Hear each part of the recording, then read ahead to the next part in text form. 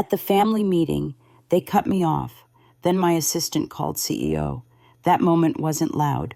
No screaming, no slammed doors, no dramatic exits. Just one sentence, spoken with the same practiced coolness they used when planning legacy fundraisers or Sunday brunch menus.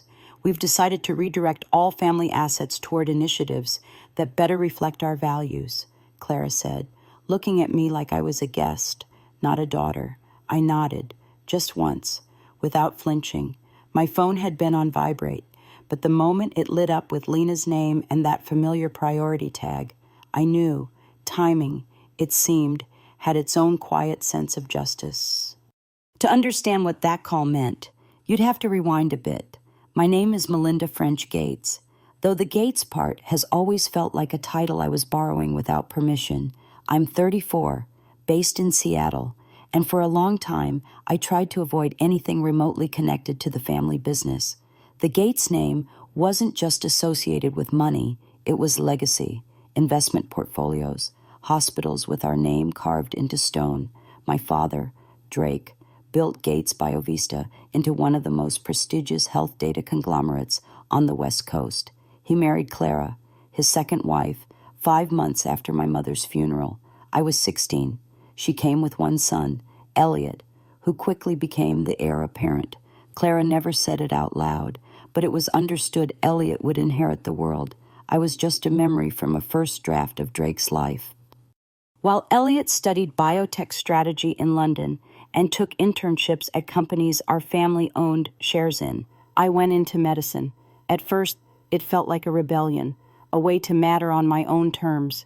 I earned my MD from Johns Hopkins, specialized in internal medicine, and worked 12-hour shifts at Harborview, where patients didn't care about last names, only that you showed up. But being a doctor in the field didn't fit the narrative my family liked to sell. They hosted panels on healthcare innovation while dismissing the work of actually treating patients as operational detail. At family dinners, Elliot would talk about global acquisitions, and I'd share a story about helping a mother through a difficult diagnosis. They'd smile, then change the subject to real estate. I wasn't disowned in one moment. It was quieter than that, like a chair slowly being pulled away while you're still trying to sit. When Clara became chairwoman of the board, she pushed for restructuring. Positions were created for Elliot, honorary fellowships arranged. I was invited to consult, occasionally, when they needed a clinical lens. But when I asked about joining the executive team to help bridge data design with real patient needs, I was told I lacked the strategic background. Eventually, they stopped inviting me to quarterly reviews altogether. The worst part wasn't being excluded. It was knowing I still showed up, that I kept answering phone calls from Clara's assistant, kept smiling through their subtle digs, kept hoping they'd see me as someone with substance. I told myself I was too busy for bitterness. I worked. I kept to myself. I learned. But underneath it, a quiet ache built up, one I didn't want to admit. Then one day, something broke. It was a small moment. A patient, a teenage girl, had a chronic condition and had bounced between specialists for over a year. The delays weren't about medicine. They were about systems bad data, slow authorizations, incompatible records. She came in crying, not from pain, but from feeling unseen. That night, I opened my laptop and started mapping out a different kind of platform, one built for people like her, not for executives on stage. I called it Novella, though I didn't tell anyone, not even my friends.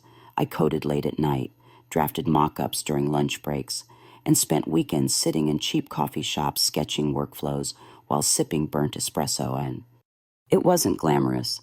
I had no budget, no co-founder, no flashy seed funding, just medical notes, a second-hand laptop, and a stubborn conviction that the system could do better if someone cared enough to ask the right questions.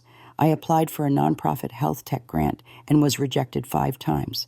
The 6th application went through because I rewrote the cover letter at 3 a.m., this time not hiding the story of that girl. It wasn't just about tech. It was about empathy, efficiency, and restoring dignity to a process that had forgotten people. 2 years in, I had a prototype, a pilot program running quietly in 3 clinics, and a part-time team of 3. I also had silence. No press, no LinkedIn updates, no dinner table bragging rights. Elliot had just been featured on Forbes' Rising Biotech Heirs list. Clara forwarded it to me with a smiley face emoji and no words. I didn't reply. Then, last month, an unexpected message came from a government health council in Norway. They'd heard about our pilot through a visiting physician. They were intrigued. 10 days later, I was on a video call with their technology board. 1 week after that, they offered a national partnership. It felt surreal, but I didn't celebrate. I kept working, quietly, the way I always had. So when the family invited me to their annual financial summit at the estate, a formal sit-down where strategic philanthropic goals were discussed, I knew better than to expect inclusion. I wore a simple black blazer, arrived on time, and sat at the end of the table. When Clara began listing each family member's updated asset allocations, I wasn't surprised that my name was skipped. What caught me off guard was how easily they moved on. Not a question, not a glance, as if I didn't exist, and that was when Lena called, and for once, I didn't silence the phone. I didn't pick up the phone right away. I let it vibrate once more, then excused myself from the room as if I needed to take a work call that wouldn't take long. Nobody protested. Clara had already moved on to discussing Elliot's expansion plans in Singapore. Drake didn't look up. Elliot barely acknowledged I had stood. I stepped into the side hallway lined with oil paintings of ancestors who had funded foundations, chaired hospitals, and married into powerful families. The call connected on the third ring. Lena's voice was calm but electric. We just got the email. It's signed. They've approved full-scale national integration. You're CEO of the lead platform in Northern Europe's digital health system, and they want you to speak at the Oslo summit next month. I didn't say anything right away. My chest felt tight, not with panic, but with something quieter, recognition. I had worked for years without ever asking if moments like this would come. Now that one had, it didn't feel like a movie. It felt like breathing in air I hadn't realized I was missing. When I returned to the dining room, no one had noticed I'd been gone more than a few minutes. Clara was still talking, now about an endowment fund for emerging biotech voices.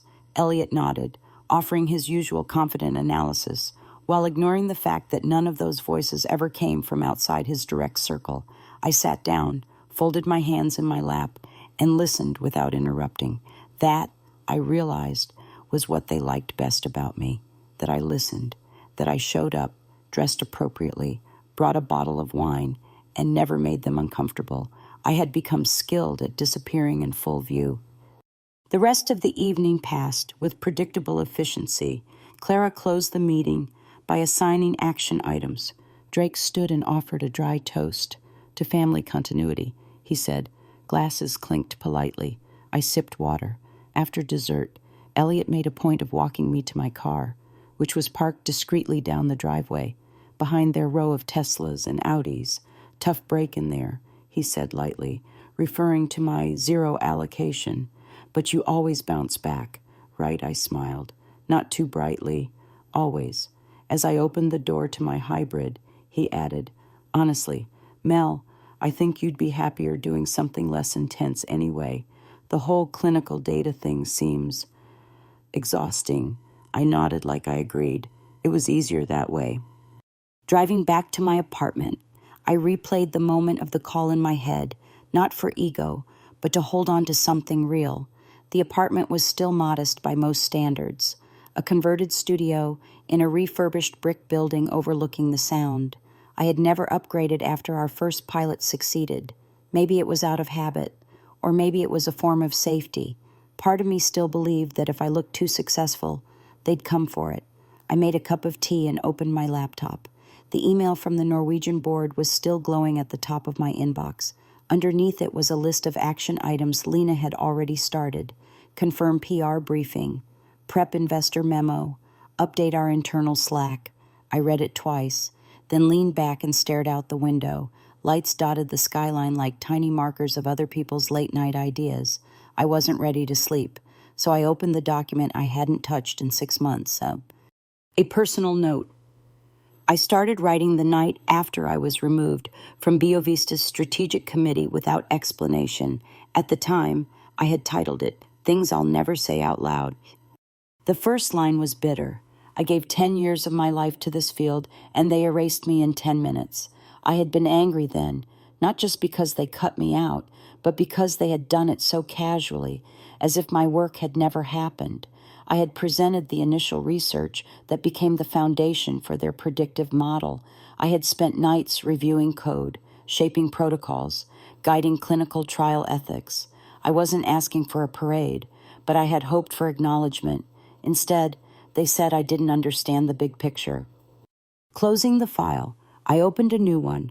This time, I started with a different sentence. We are no longer building from the outside. We are the platform. It wasn't poetic, but it was true.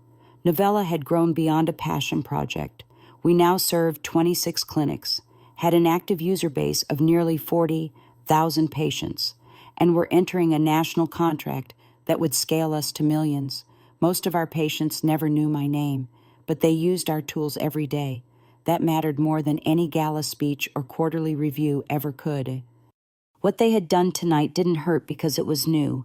It hurt because it was confirmation. I was no longer considered family, not in the way that counted in their world, not when it came to legacy, assets, or power. But I wasn't grieving anymore. Something had shifted. Maybe it was the voice in my ear saying CEO. Maybe it was the calm I felt knowing that the next steps had nothing to do with them. I didn't need their belief to keep moving. I just needed to remember what it felt like when I believed in myself more than I feared being invisible. The next morning, I walked into our small shared office on Madison Street. The team was already buzzing. Lena looked up from her desk and simply said, "You ready?" I nodded. We had work to do. The office wasn't glamorous. We had 3 desks pushed together near the front windows, a couch someone had donated during a move, and a whiteboard that had outlived its shine, but it felt alive, not with funding announcements or photo ops, but with real work. Every morning started the same way, coffee in mismatched mugs, dashboards open on screen, and quiet determination in the air. Lena ran operations like we were already a Series B company. She had been my assistant in title, but that didn't reflect the reality. She managed timelines, negotiated pilot contracts, answered investor queries, and sometimes reminded me to eat when I got too caught up in system logic. I had never asked her why she joined Novella so early. One day, I finally did. She just shrugged and said, "Because I've never met someone who understood healthcare the way you do and still cared enough to fix it." In those early months, we did everything ourselves. Customer support tickets came directly to my inbox. Lena processed invoices. Our part-time developer, Nikhil, worked nights from Toronto and left notes in the code like, "I think this patch will hold. Try not to break it before Monday." On paper, we looked fragile. Our bank account never held more than a few months' runway. Every contract felt like a thread we had to grip tightly before it slipped. But in those cracks, something real was growing. The hardest part wasn't the technology. It was the way doors stayed closed unless you knew how to knock with the right accent, the right resume, the right last name. I learned quickly that being a doctor didn't impress the tech world much. They preferred MBAs with pitch decks and a steady hand on valuation numbers. Every time I walked into a VC room, I felt like I had to apologize for being someone who had spent her life in clinics, not on spreadsheets. Once, an investor looked at our patient flow data and said, "Impressive, but it sounds like a nonprofit mission, not a scalable product." I nodded politely, then left. What I wanted to say was that if they had ever waited 6 weeks for a cardiology consult while their father's condition worsened, maybe they'd think differently. We pitched 29 times before anyone said yes. I kept count, not to prove anything, but to remind myself that progress was possible, even if slow. When we finally got a term sheet from a small impact fund in Montreal, I didn't cry, I didn't celebrate. I just opened my laptop, drafted a roadmap, and called Lena. "We move now," I said. She didn't ask what changed. She already knew. We used the first $250,000 to formalize our infrastructure, a full-time back-end engineer, 2 clinical UX designers, and a part-time legal advisor who had previously worked with the state Medicaid system. We didn't go flashy. No billboards, no press releases, just a single updated footer on our site. Novella is expanding. Stay tuned. I was still working 15-hour days, still replying to patient feedback forms at midnight.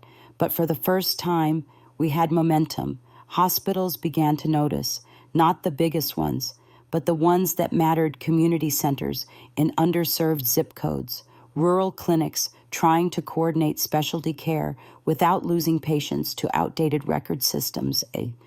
And then came our first real pilot win. A regional provider in Oregon agreed to test Novella across 6 outpatient departments. It wasn't just about scale. It was the chance to work within a full system, to test end-to-end integration, to prove that our matching engine could reduce referral delays and improve outcomes. I flew out myself to train their staff. I answered nurses' questions, shadowed intake coordinators, and wrote daily reports on what wasn't working yet. At night, I slept in a cheap motel on the edge of town, heat rattling through old vents, phone always nearby in case something broke. During that trip, Lena called me one evening and said, "You haven't looked at the dashboard today." I pulled it up while sitting cross-legged on the motel bed. Referral match efficiency had climbed 27% since the start of the week. Patient satisfaction numbers were higher than I expected. There was a small note at the bottom from a nurse I remembered training. It said, "This system just helped me get an oncology appointment for a man who's been waiting 3 months. He cried when I told him it." I didn't reply. I just stared at the screen for a long time. That was the moment I stopped chasing validation. Something shifted in me. I no longer cared who had refused to invest or which former colleague dismissed me. We were helping real people, and the proof wasn't theoretical anymore. It was happening, clinic by clinic, file by file, quietly, without press, without applause. We were making something that worked. And I didn't need my family's legacy. I was building my own. 6 months after the Oregon pilot, the emails started changing tone, not from the team, but from the outside. Journalists began asking questions, not from tech publications, but from healthcare policy newsletters, the kind that quietly shape which tools get adopted in hospitals. At first, they just wanted to confirm numbers. Then they asked for interviews. I declined most of them, not because I wasn't proud, but because I had learned what attention often invites. For years, I had worked in silence, surviving on grit and routine, without having to manage expectations from people who measured value in headlines and PR buzz. The mission was still too fragile to carry the weight of press. We weren't building for visibility. We were building because people needed something that worked. But that didn't stop the whispers from spreading. A medical director from Sweden reached out and requested a demo.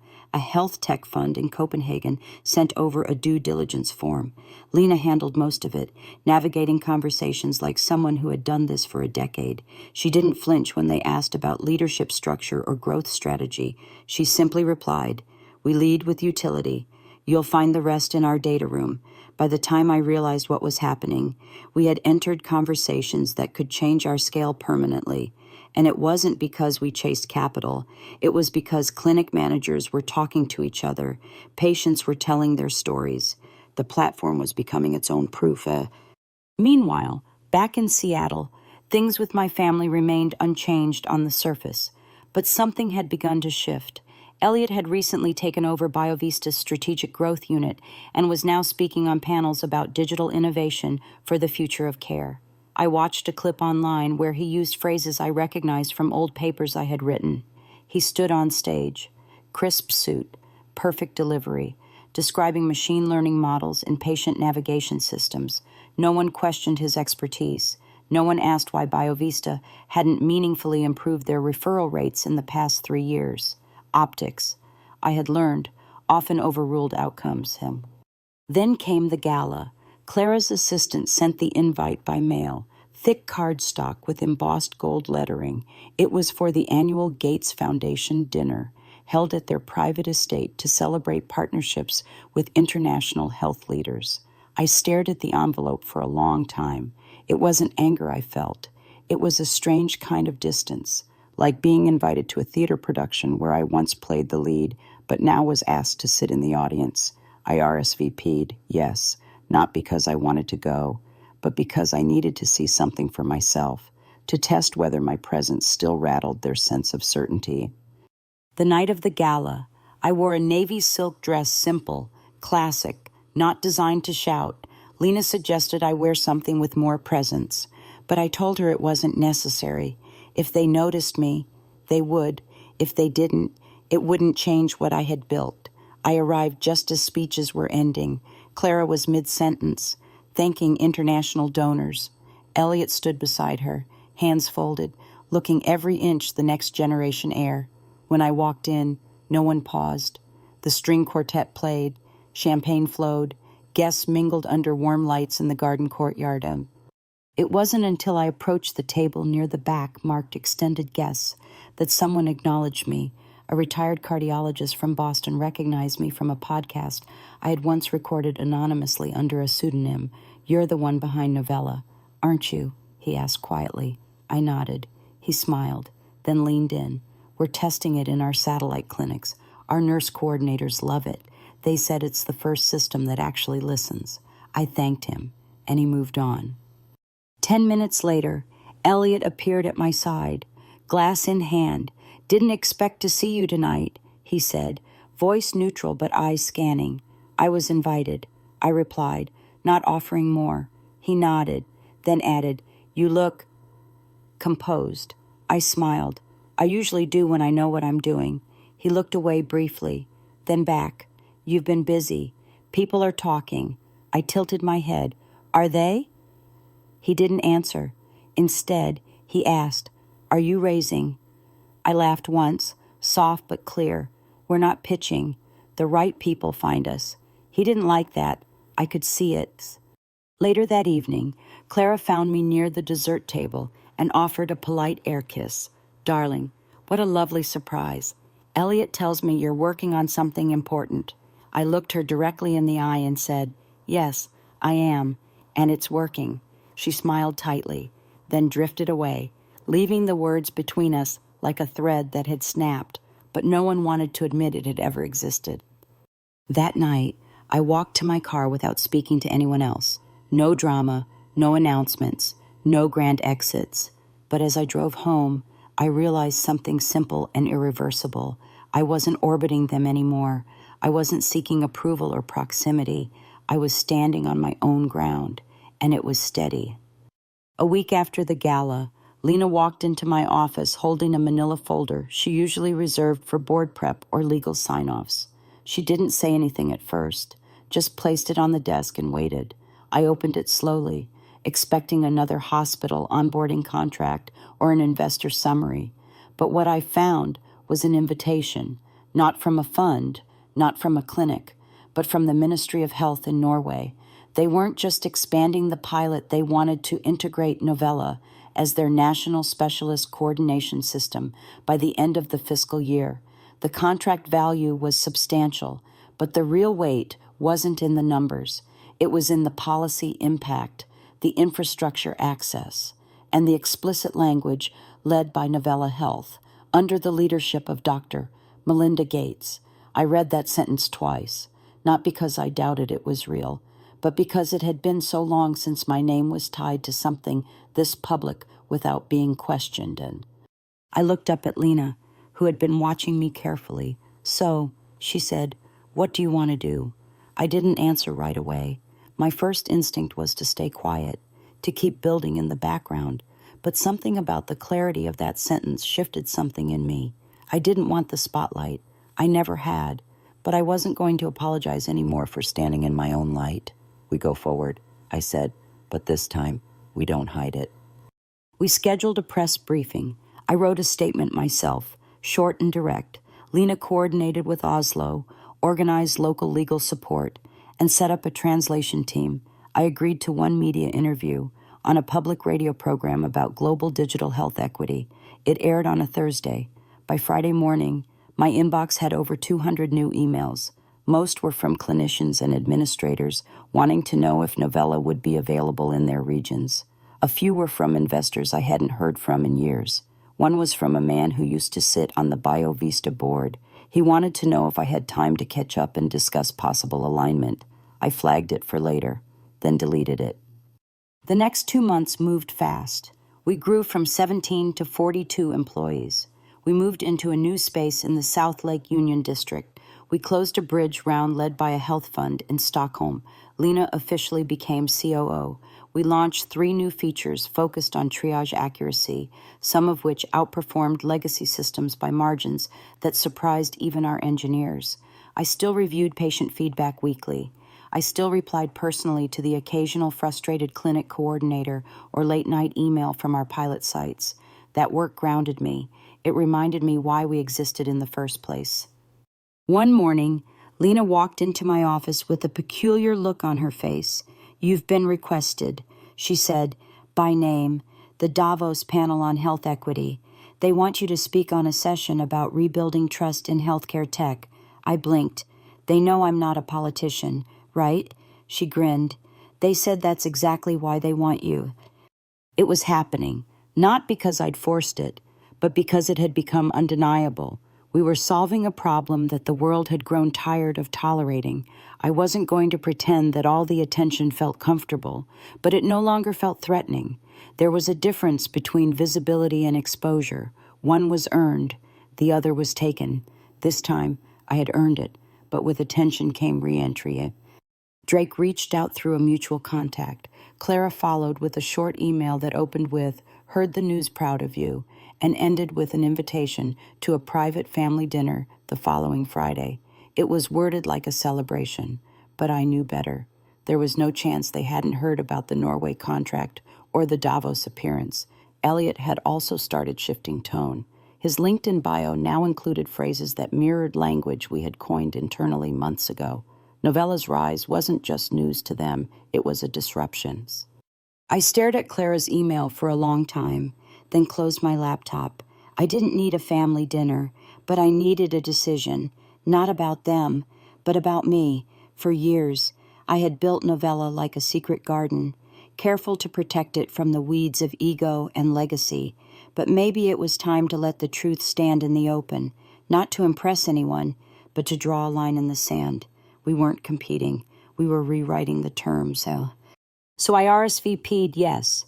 Then I asked Lena to move up our Oslo site visit by 1 week so I could return in time. I wasn't attending the dinner as someone seeking to prove anything.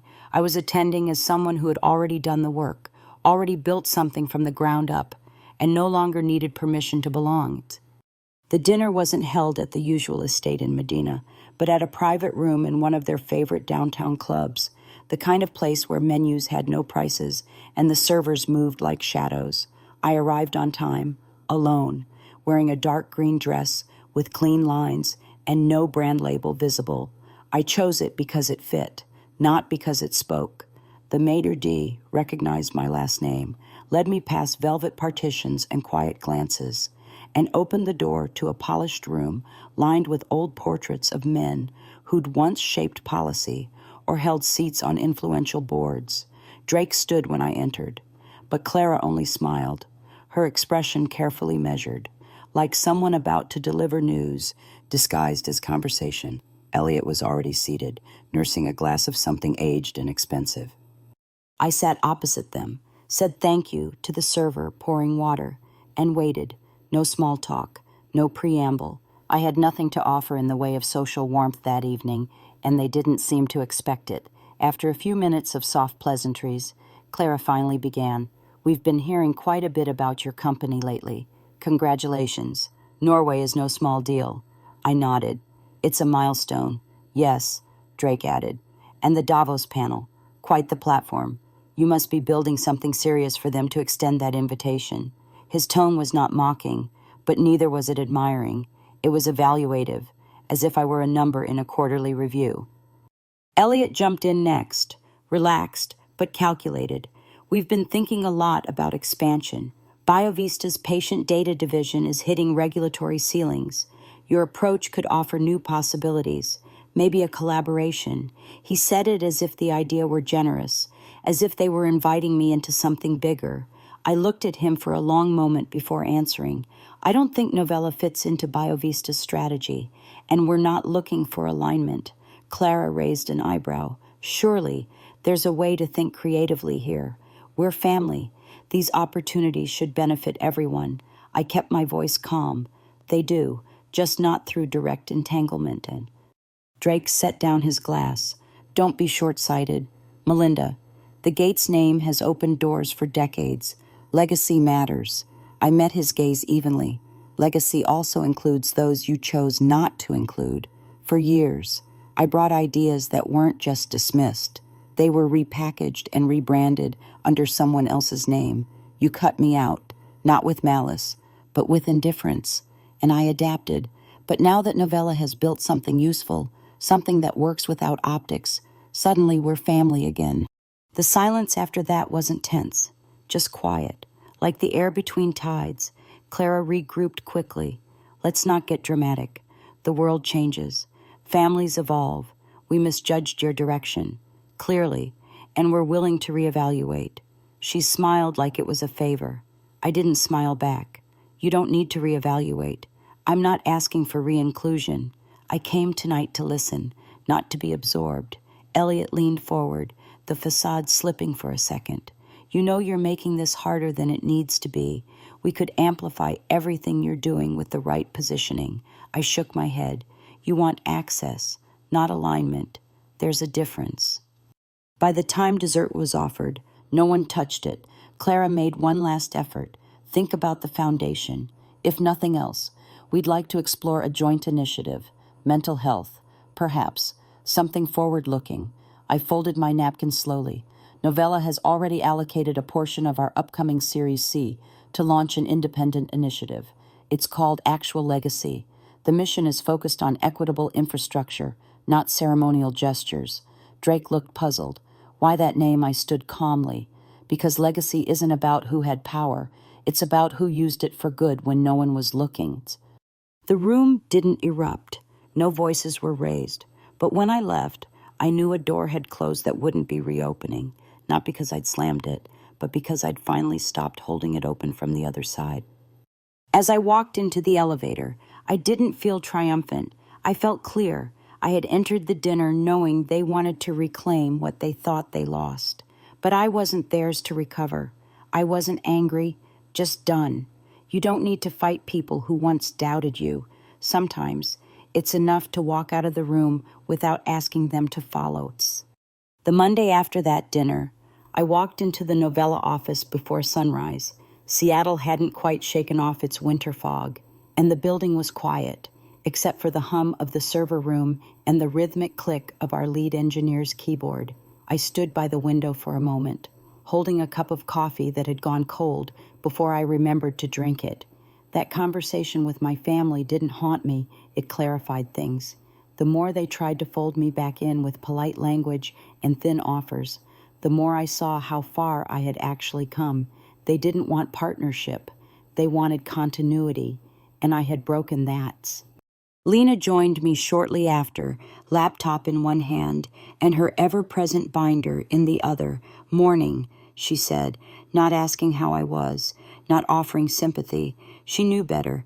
She placed a printed agenda on the table. We got an invite. UN Digital Health Task Force, not a panel. They want full participation. They're restructuring and looking for core advisors. You were their first ask. I looked down at the document. My name was listed without footnotes, without former anything, just clear attribution. Lena added. They also asked if you'd be willing to co-chair. I didn't answer right away, not out of doubt, but out of stillness. There's something powerful about being asked without needing to ask first. That week, we also closed a partnership with a rural care network in Namibia. A former pediatric nurse who'd seen our Oslo presentation had reached out directly. Her message wasn't polished. She just wrote, "We need what you're building. Can we talk?" We did. 2 Zoom calls later, we drafted a pilot proposal that didn't require any press release, just presence. I asked Lena to lead the implementation herself. She'd grown into that kind of leadership, not loud, but steady. She was no longer just an assistant. She hadn't been for a long time. Meanwhile, BioVista's stock dipped, not drastically, but visibly. Industry analysts cited poor integration across their health platforms. Elliot quietly stepped back from the board's strategic committee. Clara took an extended vacation. Their names weren't in the news, but they had started retreating from the center, and it wasn't hard to see why. We weren't attacking. We were just outperforming, and no amount of branding could cover that gap anymore. What surprised me wasn't their decline. It was how little satisfaction it gave me. Years ago, I would have imagined some kind of emotional payoff, some inner fist pump, or whispered finally. But what I felt was quieter, a calm awareness that I had detached. The moment I stopped needing to be acknowledged by them, I reclaimed space they'd occupied for far too long in my mind. I wasn't angry. I wasn't triumphant. I was simply free.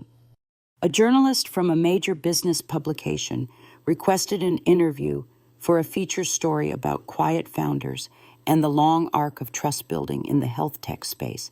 I declined the headline spot, but offered to participate as a contributor. The piece eventually ran under the title, "The Ones Who Built Without Applause." They quoted me once, near the end, "Impact doesn't need validation, it just needs clarity."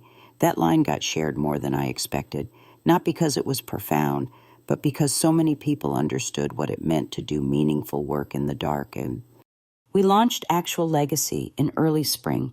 Instead of a ribbon-cutting ceremony or a press push, we hosted a series of listening sessions with local health workers across 5 countries. We brought in translators, local governance liaisons, and designed the program around what people told us they needed, not what we thought they lacked. No celebrities, no photo ops, just architecture built around dignity. And somewhere in that quiet momentum, I stopped checking for their names. I stopped wondering if they were watching. I stopped flinching when someone brought up my family at conferences or asked about the Gates connection.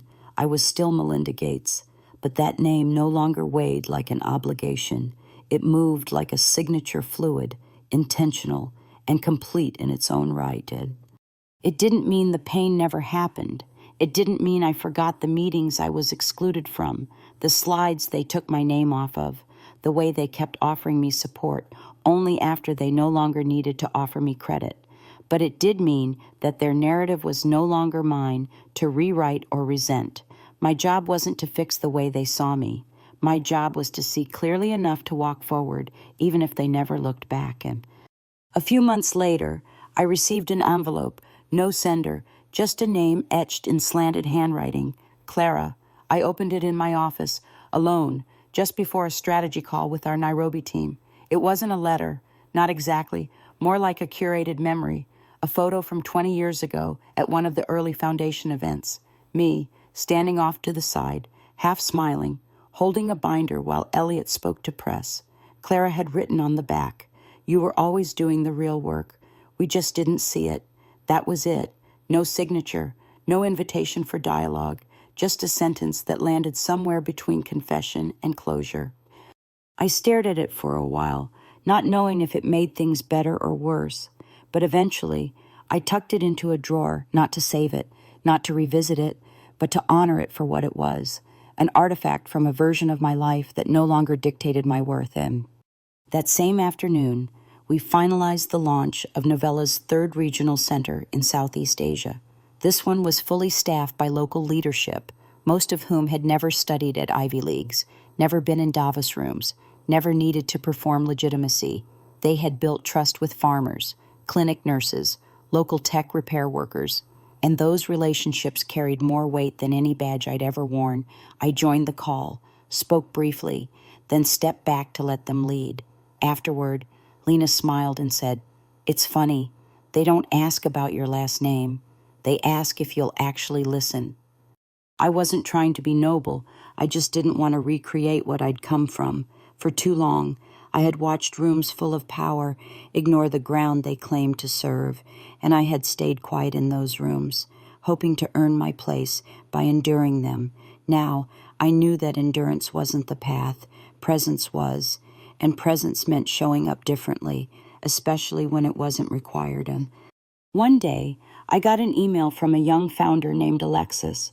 She was building a cross-border maternal health data network and had been told I might be open to mentorship. Her message wasn't polished. It was direct. I don't want a brand deal. I just want to avoid your mistakes. I laughed quietly when I read it, not out of mockery, but recognition. I replied, happy to help. I made a lot. Let's start there. We spoke every Friday for 6 months. No spotlight, just conversations. Meanwhile, Biovista quietly folded one of their subdivisions. The announcement was sterile, buried in quarterly footnotes. Clara wasn't quoted. Elliot wasn't seen. Drake had shifted to board advisory status. The name still carried weight, but less gravity. It floated, like something past its orbit. And as much as I thought I might feel vindicated, I didn't. Their failure wasn't my victory. My victory was not needing theirs to validate mine. At a quiet dinner with 2 of our lead engineers, I told them something I hadn't said out loud before. You know, I used to think being cut off was the end of something, but now I see it was the start. The minute they stopped needing me to be part of their narrative, I got to write mine. One of them, Kavi, nodded slowly. Sometimes exile is a beginning, not a punishment. I smiled. Exactly, Kay.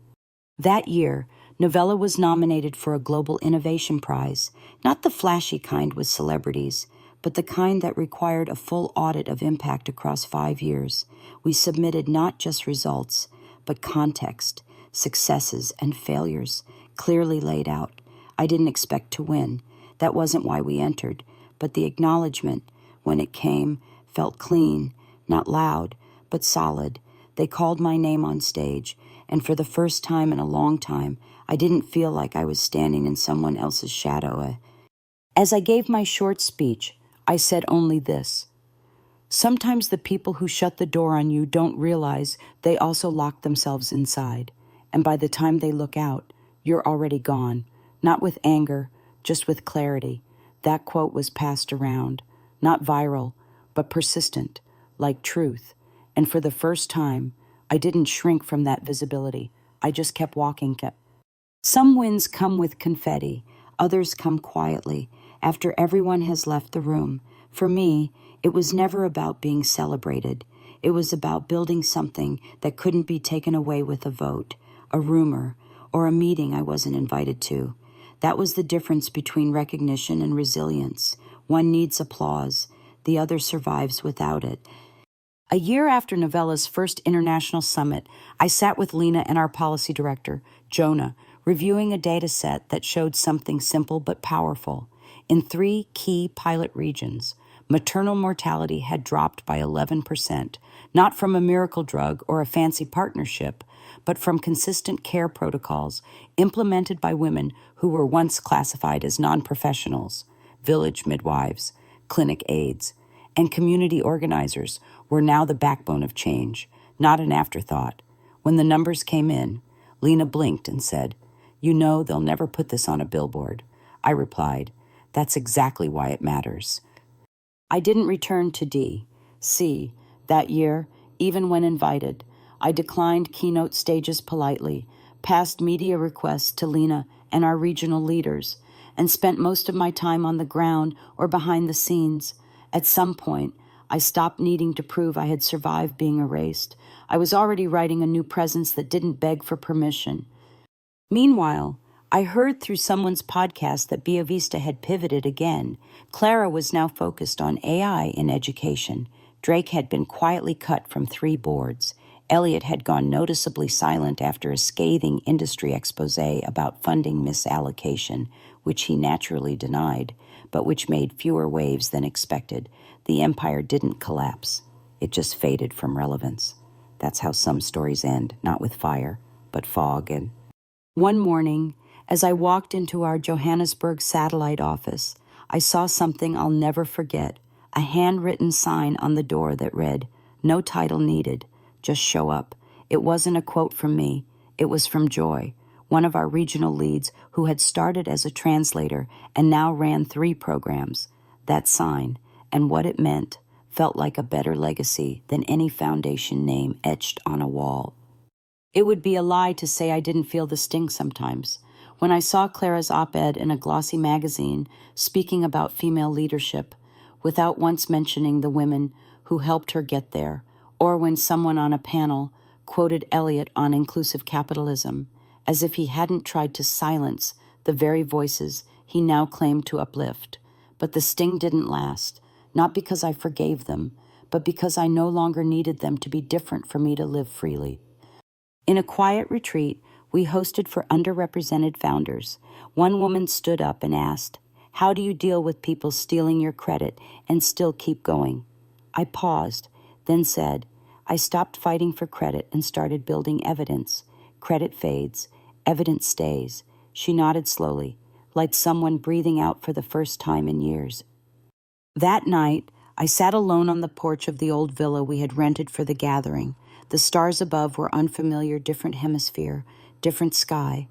But I felt more at home than I had in any boardroom in Seattle. I thought about what my younger self would say if she saw me now. Probably nothing.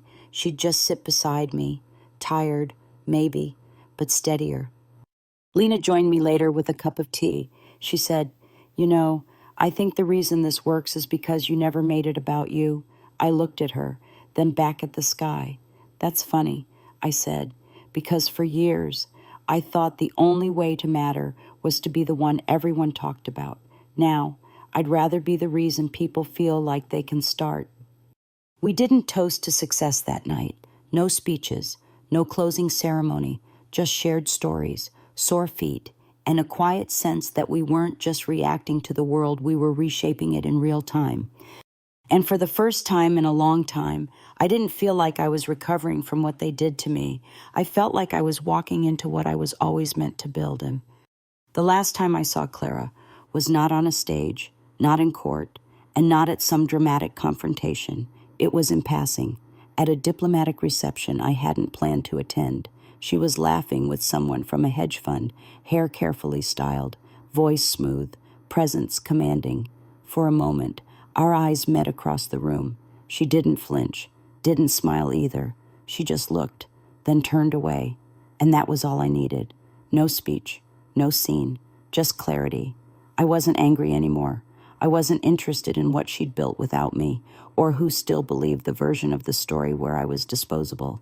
What mattered was that I had reclaimed the narrative not with noise, but with action, with work that spoke even when I said nothing, with people who didn't need my title to trust my leadership, with systems designed not to make me the hero, but to ensure there was never just once. When I think back to that family meeting, the one where they tried to cut me off and speak over me, I don't replay it with resentment. I remember the smell of burned coffee in the boardroom thermos. I remember the way the light hit the fake wood grain on the table. And I remember exactly how my assistant's voice sounded through the speaker when she said, "Actually, Melinda is the CEO now, not as revenge, not as a punchline, just a statement of fact." It didn't rewrite the past, but it rewrote what came next. Over time, I stopped needing to explain how I got here. I no longer shared the receipts or dug through old betrayals looking for justice. Not because I forgot, but because I finally realized that remembering is not the same as reliving. There's a difference between carrying lessons and carrying weight, and I had learned enough. Now, when I speak to young founders, I tell them not to aim for power, but for clarity. Clarity in what you're building, who you're becoming, and what you'll walk away from, even when it hurts.